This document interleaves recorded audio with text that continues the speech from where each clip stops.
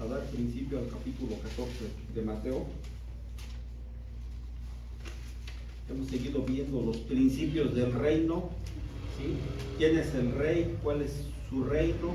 ¿Y quiénes son los ciudadanos del reino? Eso ya lo hemos estado tocando varias veces, pero es recordar, ¿sí? Sobre todo los estatutos y cómo se tiene que comportar un ciudadano del reino, pero también qué nos enseñó el rey, ¿sí? Qué nos enseñó nuestro Señor Jesucristo en su paso aquí por la tierra. Recordemos que así está escrito, es su paso por la tierra, pero que él que enseñaba, que compartía, que predicaba, ¿sí? Y es lo que tenemos que seguir aprendiendo, como puso su meme Pastor David, para que no estemos viendo a Pedro y a Pablo. A Pablo y a Pedro Picapiedra, vamos a estudiar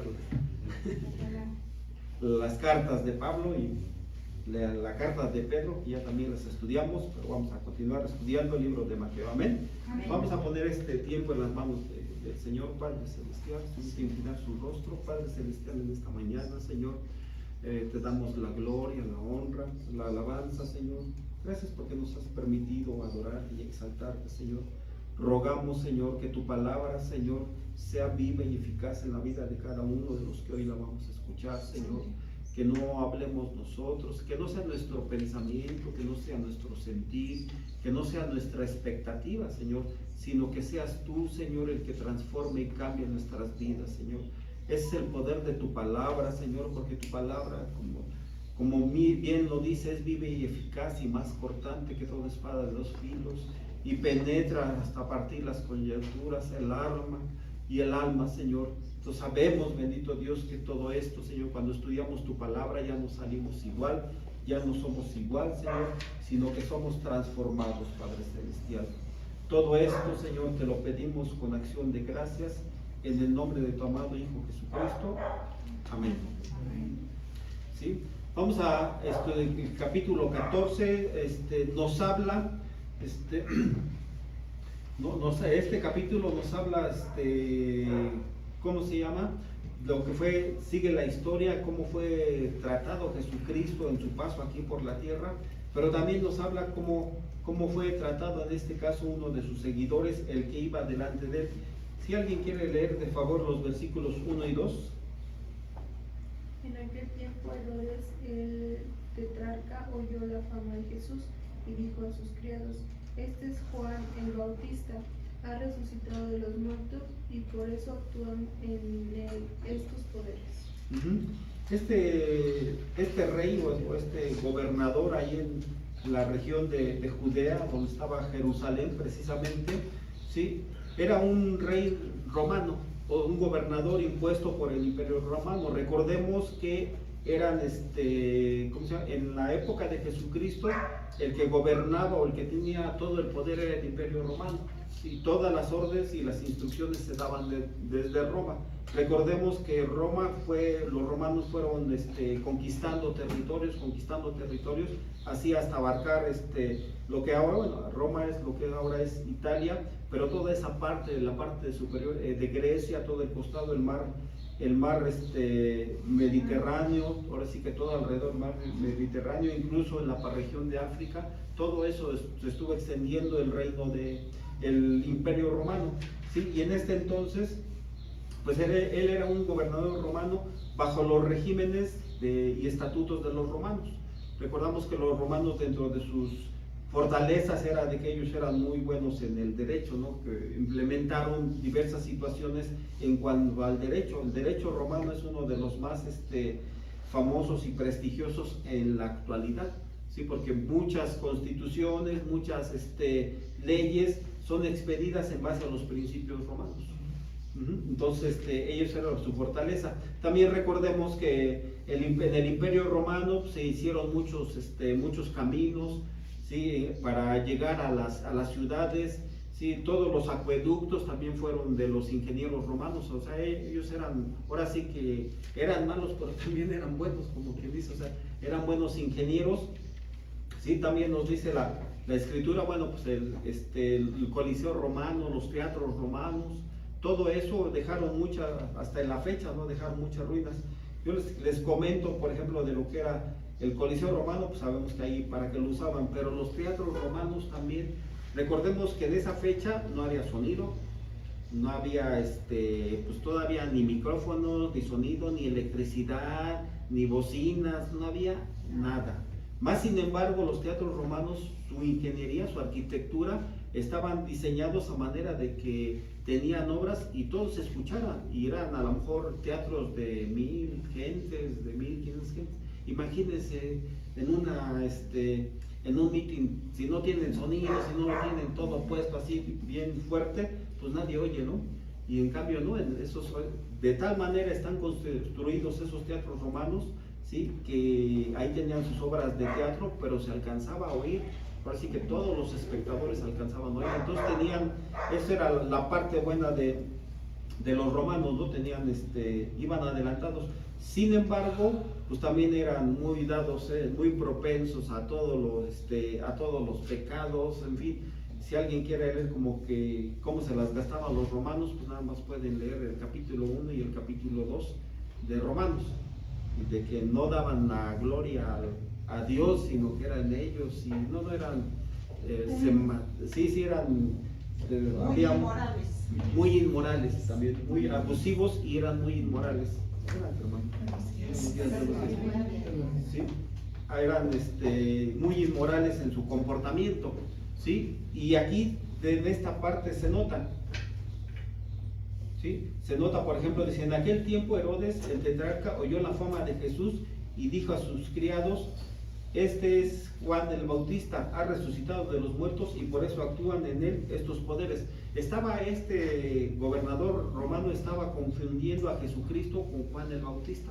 Sí, recordemos quién era Juan el Bautista, el que vino antes de Jesucristo, vino a dar las buenas nuevas, vino a decirles que arrepentíos porque el reino de los cielos se ha acercado. Mas sin embargo, por esa manera de ser de Juan el Bautista, pues fue preso, lo apresionaron porque pensaban que era un revolucionario que estaba levantando al pueblo. ¿Quiénes eran los que estaban conquistados? Pues los judíos.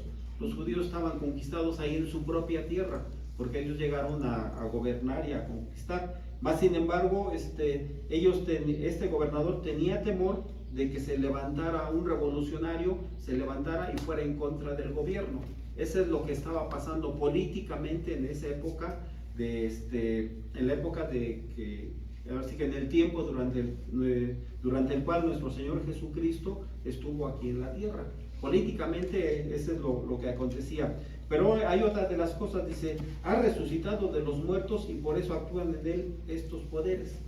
Pues recordemos que de dónde sacan, ¿no? O sea, eso de resucitar, no, sino que ellos también eran muy dados a todo lo que era la hechicería, a todo lo que era la brujería, que en fin, muchos actos que practicaban ahí precisamente en esa época, ¿no? O sea, eran muy supersticiosos, era la palabra. Y también en estos días, ¿no? Son muy supersticiosos. Dice, esta declaración de Herodes, era un gobernador, ahorita les explico más de Herodes, sí, suena como a una superstición, pero no se trata de una superstición relacionada a la Biblia, con Jesús o sus apóstoles, ni con el cristianismo. Era la creencia supersticiosa del anciano Herodes y de la gente ignorante de su época.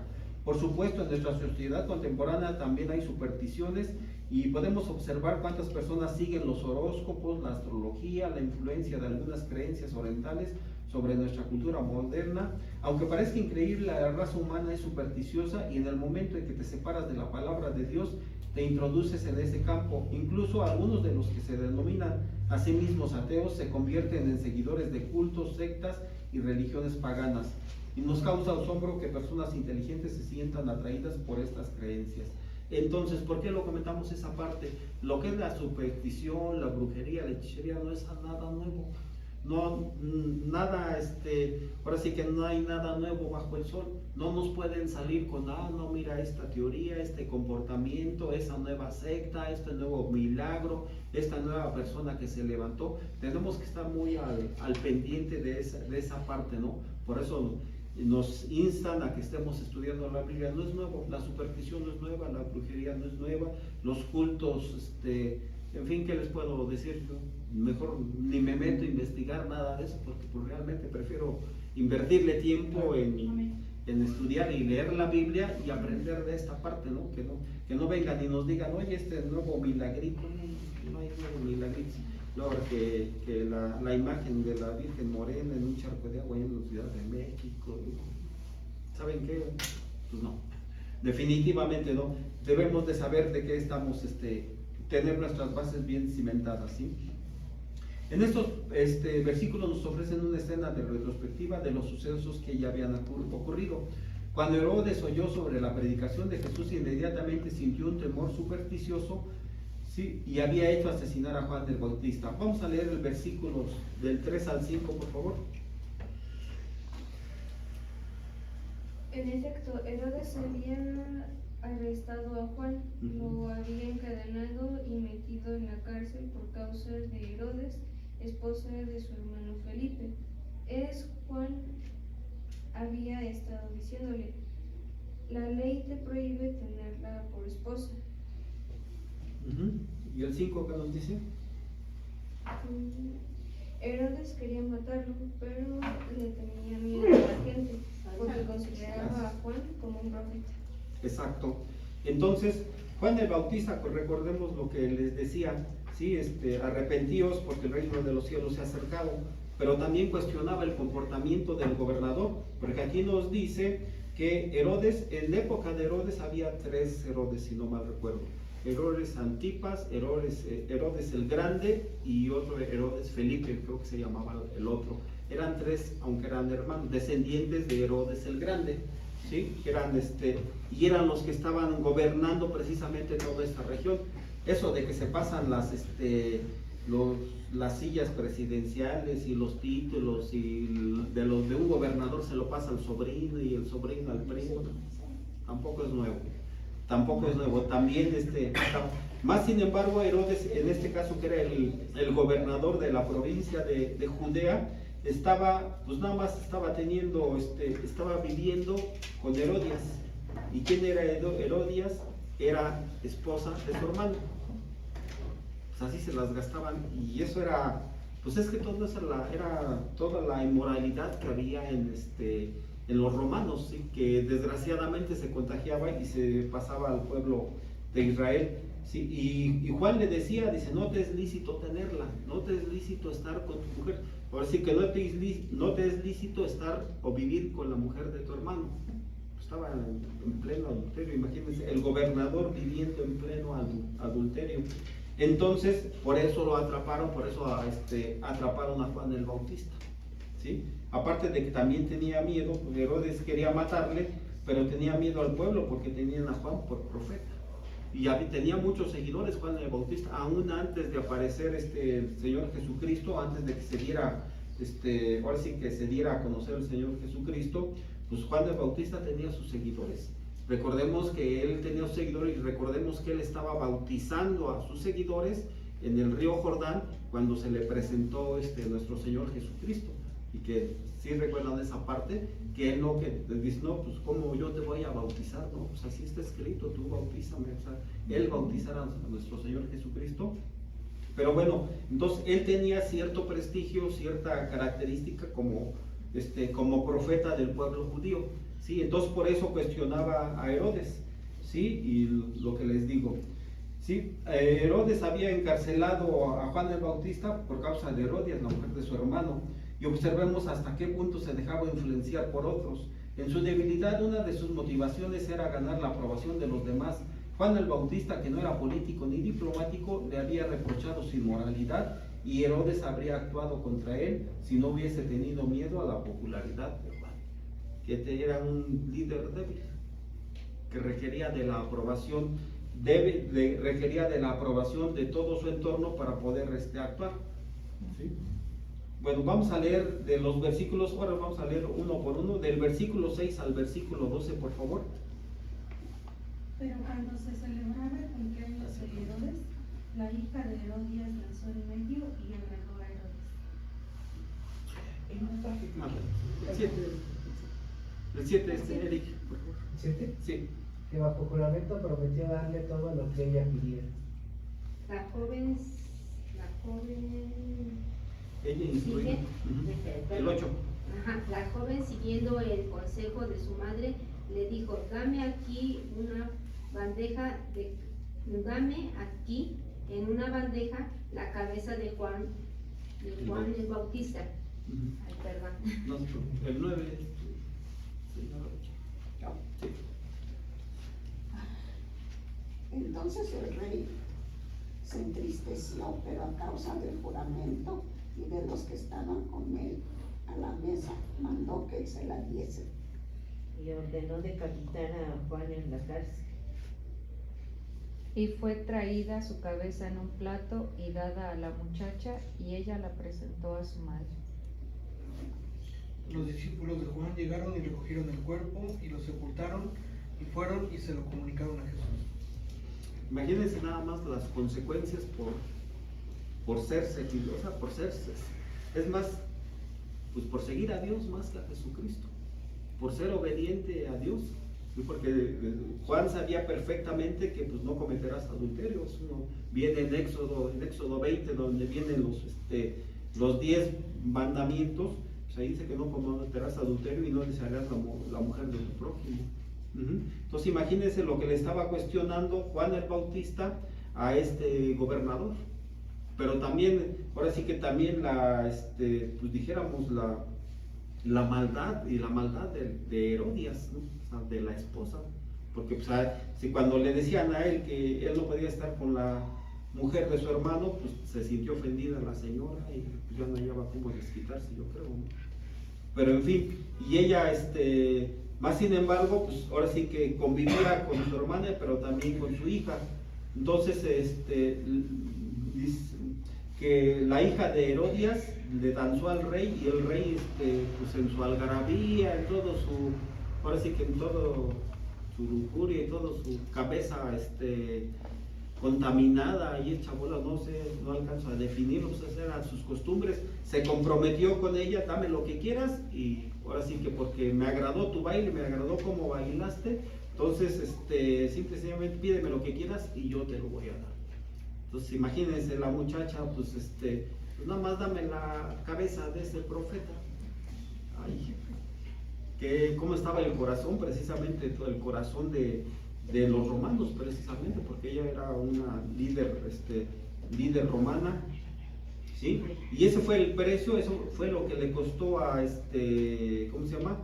Así murió Juan el Bautista, uno que dice el Señor Jesucristo, uno mayor que todos los apóstoles, fue Juan el Bautista. Así entregó, así que así perdió su vida y no se quejó, hasta ahí llegó él. Y sí, Juan el Bautista fue un hombre muy grande, porque dice, pues ahora sí que detrás de mí viene uno más grande, el que te va a bautizar en fuego y en el Espíritu Santo, así les decía a sus seguidores. Entonces desde ahí la humildad y el reconocimiento, que en este caso a Juan el Bautista, ¿sí? ¿Qué nos enseña esta parte? ¿Qué nos enseña? No es de que también nos vayan a decapitar, sino que simple y sencillamente debemos estar con nuestros patrones, ser radicales en nuestro pensamiento, y el Señor nos va a proteger. El Señor nos va a guardar, no cambiar, no vacilar en cuanto a la manera de pensar, en cuanto a la manera de proceder en el Señor, porque decíamos, la vida como cristiano no es fácil, pero con la ayuda de Dios se puede lograr. Aquí lo único que dice entonces en el versículo 12: entonces llegaron sus discípulos y tomaron el cuerpo y lo enterraron, y fueron y dieron las nuevas noticias a Jesucristo. Le comunicaron que ya estaba, ¿cómo se llama? Que ya habían asesinado a Juan el Bautista. ¿Qué dice el versículo 13, por favor? Oyéndolo, Jesús se apartó de allí en una barca a un lugar desierto y apartado, y cuando la gente lo oyó, le siguió a pie desde las ciudades. Aquí vamos a ver uno de los milagros que ustedes ya han escuchado muchas veces. ¿Cómo después de ese acontecimiento ustedes creen que a Jesucristo no le dio tristeza, no sintió algo en su corazón porque pues, falleció uno de sus discípulos, o sea, un siervo de Dios, porque era un siervo de Dios, podemos definirlo de esa manera, ¿sí? Un siervo de Dios que fue atacado por sus convicciones, por defender precisamente lo que creía y creer en Dios. Por eso fue asesinado. Más sin embargo, era la pauta para uno de los grandes milagros que se hicieron, que hizo el Señor Jesucristo aquí en la tierra. Al principio del capítulo 13, o más bien arriba del capítulo 13, dice la alimentación de los 5,000. ¿Cuántos han escuchado de ese milagro? ¿Sí? Ese milagro se narra, es de los únicos milagros que se habla en los 4 evangelios: Mateo, Marcos, Lucas y Juan. ¿Sí? Porque algunos hablan de otros milagros que hizo nuestro Señor Jesucristo, pero no en todos se habla de todos los milagros que hizo. Y dice, faltarían libros, dice en el Evangelio de Juan, faltarían libros para escribir todo lo que hizo nuestro Señor Jesucristo aquí en la tierra. Más sin embargo, entonces Jesucristo lo oyó, se apartó de allí en una barca a un lugar desierto y apartado, y cuando la gente lo oyó, le siguió a pie desde las ciudades. ¿Qué dice el versículo 14? Y saliendo Jesús vio una gran multitud y tuvo compasión de ellos y sanó a los que de ellos estaban enfermos. Como a pesar de esta situación que entristeció a nuestro Señor Jesucristo respecto de lo que pasó a Juan el Bautista, pues él siguió su trabajo, ¿sí? Siguió su ministerio, por así decirlo. Él siguió sanando ¿a quién? Sanando a los enfermos. Él seguía sanando a los enfermos, él seguía teniendo compasión, seguía atendiendo a las multitudes. Él no se quedó atrás ahí, como a ver qué va a pasar, y mucho menos tuvo miedo. Simple y sencillamente aquí nos dice que Jesús se apartó de allí, se apartó de ese lugar, de esos acontecimientos de donde fue la muerte de Juan el Bautista, porque todavía no era su tiempo para darse a conocer a todo el pueblo. Tenía que esperar su tiempo, todavía no era su tiempo para confrontarlo, porque acordemos que también políticamente fue confrontado por Poncio Pilatos, ¿no? Que después de Herodes, Poncio Pilatos vino a ser el gobernador de Judea, en la época también de Jesucristo, pero él fue el que vino a ¿cómo se llama? Pero sí, el Señor Jesucristo dice, todavía no es mi tiempo de que se me manifieste todo lo que ha de acontecer y todo lo que ha de pasar. Por eso no quiso enfrentar, en este caso, a Herodes, ni quiso enfrentar lo que le había pasado a Juan. Entonces, saliendo Jesús vio una gran multitud y tuvo compasión de ellos y sanó a los que ellos estaban enfermos. ¿Qué nos dice el versículo 15, por favor? Cuando anochecía, se acercaron a él sus discípulos, diciendo, el lugar es desierto y la hora ya pasada. Despide a la multitud para que vayan por las aldeas y compren de comer. Hemos leído varias veces este evento, pero aquí nos dice a qué hora le dio de comer, a qué hora alimentó a las multitudes, cuando ya anochecía, cuando ya era tarde, o sea, ya dijéramos en la última etapa de que había sol, ¿sí? En la última etapa del día, de la vida del día, de ese día. ¿Sí?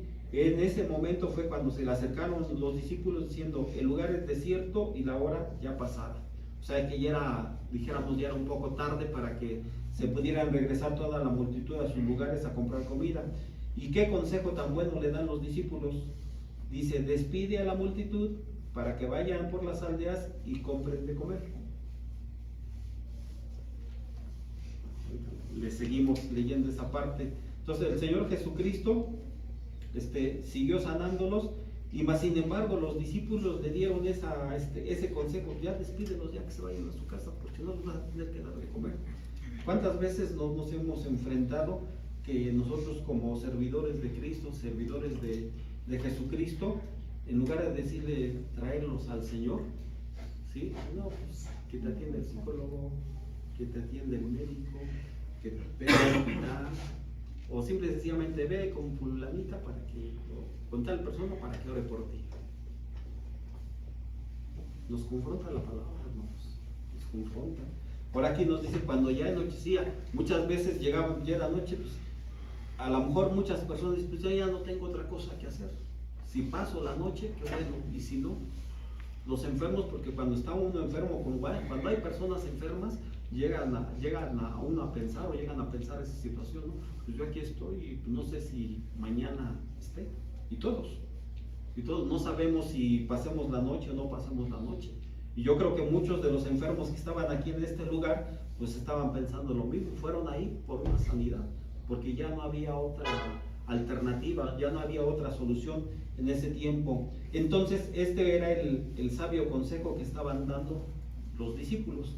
¿Qué nos dice el versículo 16? Les dijo, sí, Jesús. Y Jesús les dijo, no tienen necesidad de irse, dadles vosotros de comer. Siempre la grandeza, el amor, la misericordia de nuestro Señor.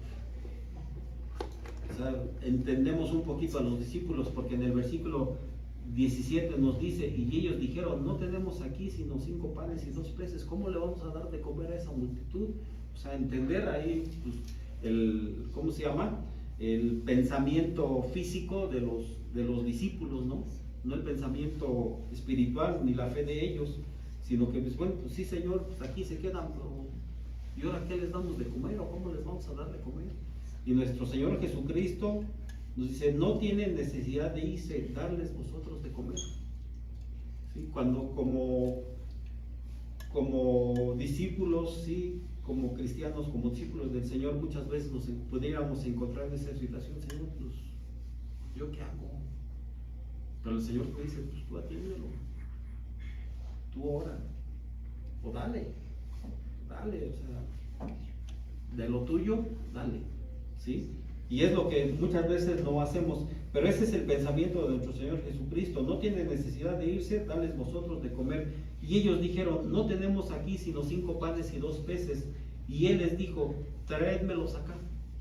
¿Sí? Muchas veces podemos decir al Señor, Señor, pues yo no tengo gran cosa que darte ni que darles a mis hermanos, y se lo podemos decir al Señor y Él nos va a decir, lo que tienes, traer, tu talento, traer, que ahorita vamos para esa parte. Entonces, ¿qué les dijo? Traédmelos acá. Entonces mandó a la gente recostarse sobre la hierba, y tomando los 5 panes y los 2 peces y levantando los ojos al cielo, bendijo y partió y dio los panes a los discípulos y los discípulos a la multitud. ¿Sí? Oró el Señor Jesucristo que Dios multiplicara, pidió que se recostaran como en señal de tranquilidad, también en señal de rendición, que se recostaran sobre la hierba, y Él tomó los 5 panes, levantó los ojos al cielo, como dice la Escritura, alzaré mis ojos a los montes, de donde vendrá mi socorro.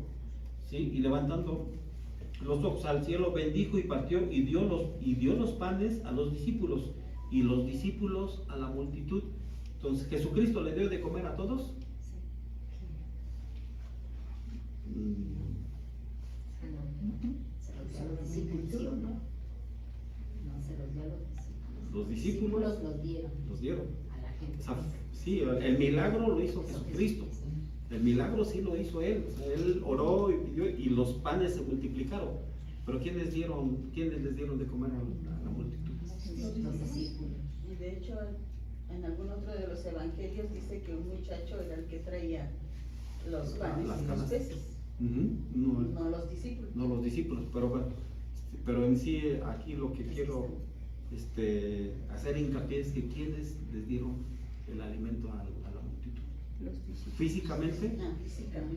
Físicamente los discípulos, ¿no? Sí. ¿Y qué nos dice el 20? Y comieron todos y se saciaron y recogieron lo que sobró de los pedazos, 12 cestas llenas, ¿sí? Y los que comieron fueron como 5,000 hombres, sin contar las mujeres y los niños. ¿Sí? Siempre la Escritura nos enseña, siempre la Escritura nos habla. ¿Sí? El milagro lo hizo Jesucristo, y el milagro lo hizo Jesucristo en nuestras vidas. El milagro lo sigue haciendo el Señor Jesucristo en nuestras vidas.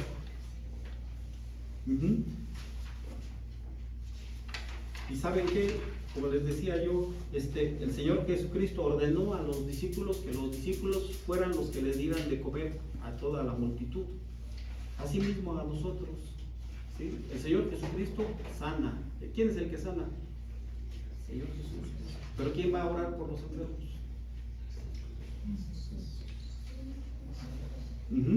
¿Quiénes van a visitar a los que están en las cárceles, en los hospitales? Nosotros. Nosotras, ¿verdad? Bueno, nuestra hermana Lore y ¿sí? Pero ¿quiénes van, sí? Y entonces, ese es el llamado en esta mañana, que nosotros somos los que, así como los discípulos se encargaron de repartir los peces y el pan, así nosotros estamos llamados para repartir esos dones que el Señor nos ha dado a la multitud. A uno, a lo mejor, no sé, el Señor te va a poner la oportunidad de bendecir a una persona. El Señor te va a poner la oportunidad de orar. El Señor te va a poner la oportunidad de utilizar tus dones que Él te ha dado en beneficio de una persona. Vamos a ver qué nos dice el libro de Efesios respecto de los talentos, respecto de esos peces y ese pan. Efesios 4, por favor.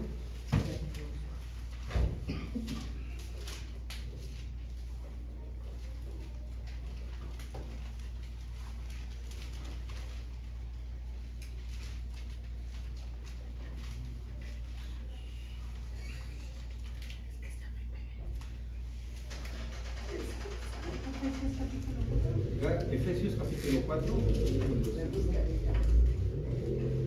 Efesios capítulo 4, versículo 8.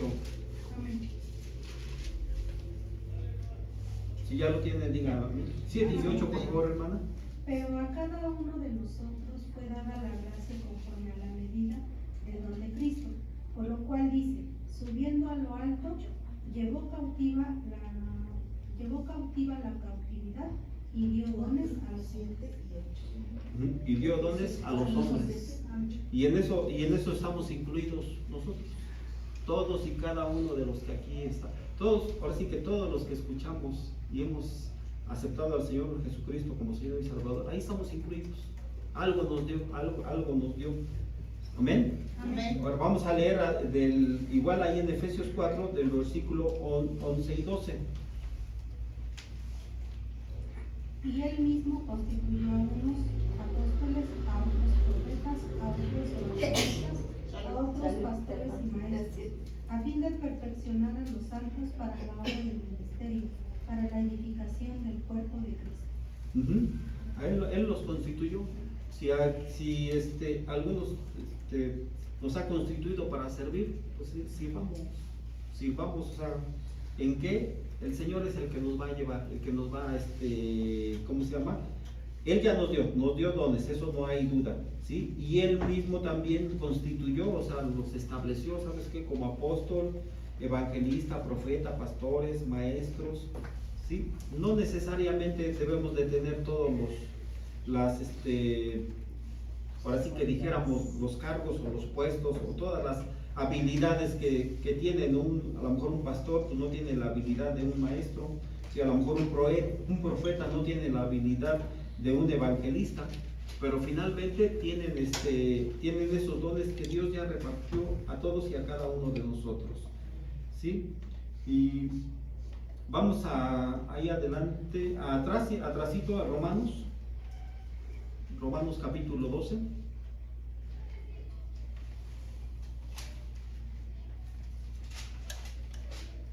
Romanos capítulo 12, versículos del 6 al 9, por favor. ¿Ya me lo pueden ver? ¿Romanos qué? Romanos 12, del 6 al 9. Ya que tenemos diferentes dones según la gracia que nos ha sido dada, si tenemos el don de profecía, usémoslo conforme a la medida de la fe. Si tenemos el don de servicio, sirvamos. Si tenemos el don de la enseñanza, enseñemos. Si tenemos el don de animar, animemos. Si debemos repartir, hagámoslo con generosidad. Si nos toca presidir, hagámoslo con solicitud. Si debemos brindar ayuda, hagámoslo con alegría. Nuestro amor debe ser sincero. Odiemos lo malo y sigamos lo bueno. ¿Está ahí? Hasta ahí, hasta el 9.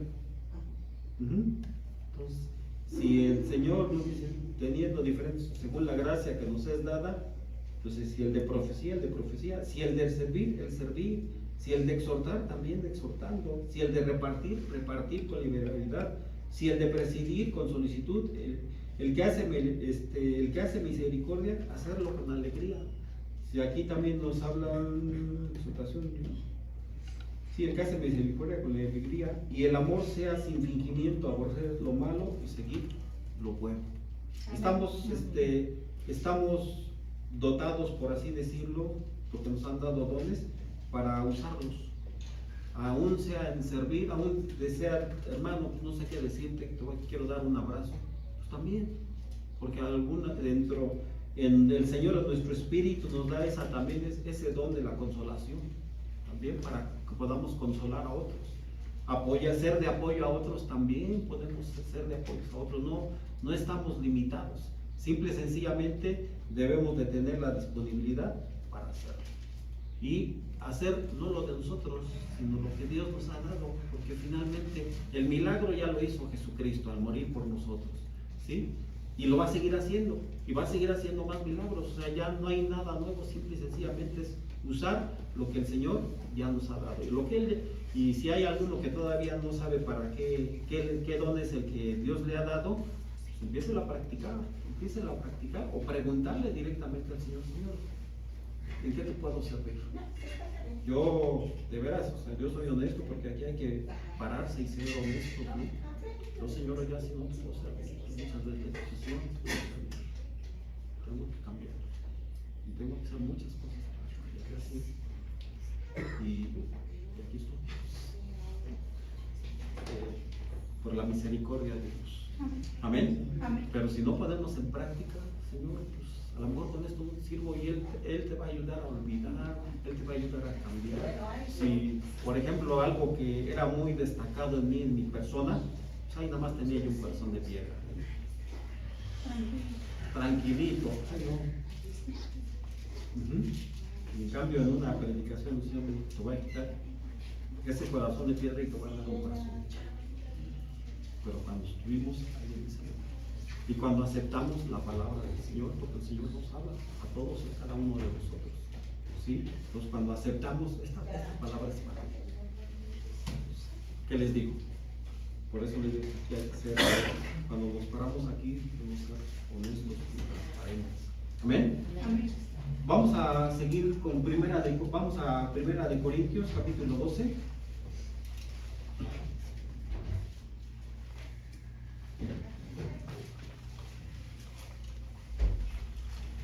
Primera de Corintios, capítulo 12. Vamos a leer del 4 al 6, si alguien lo quiere leer. Ya vimos en Romanos diversidad de dones. Ahora vamos a ver diversidad de operaciones. Primera de Corintios, capítulo 12, versículos del 4 al 6. ¿Quién lo quiere leer, por favor? Del 4 al 6. Ahora bien, hay diversidad de dones, pero el Espíritu es el mismo, y hay diversidad de ministerios, pero el Señor es el mismo, y hay diversidad de operaciones, pero Dios, que hace todas las cosas en todos, es el mismo. Hay mucha diversidad de dones, diversidad de ministerios, diversidad de operaciones, pero ¿saben qué? El que hace todo eso es uno mismo. Que pudiéramos encauzar lo que es operaciones, pues el servicio es una operación, el acomodar las sillas, el venir a limpiar, en fin, son operaciones que podemos hacer. ¿Cómo operar? ¿Sí? El ministerio, pues ya vimos los ministerios, el pastorado, los maestros, ¿sí? El don de sanidad también, la diversidad de dones, pero el Espíritu es el mismo, los dones que da el Espíritu Santo, el discernimiento de espíritus, el hablar en lenguas, en fin, hay mucha diversidad, pero ¿saben qué? Dios es uno solo. El que hace todas las cosas en todos, Él es el mismo. Y más adelante, igual ahí en Primera de Corintios, versículos del 7 al 10, por favor. Ahí está. Igual en capítulo 12.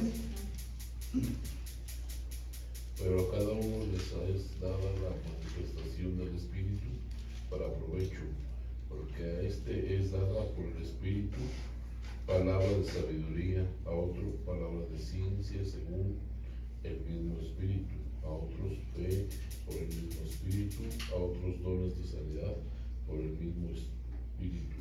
A otro para hacer milagros, a otro profecía, a otro discernimiento de espíritus, a otro diversos géneros de lenguas y a otros interpretación de lenguas. Pero todas estas cosas las hace uno y el mismo Espíritu, repartiendo a cada uno en particular como Él quiere. Hasta ahí. Mira el 12 de una vez.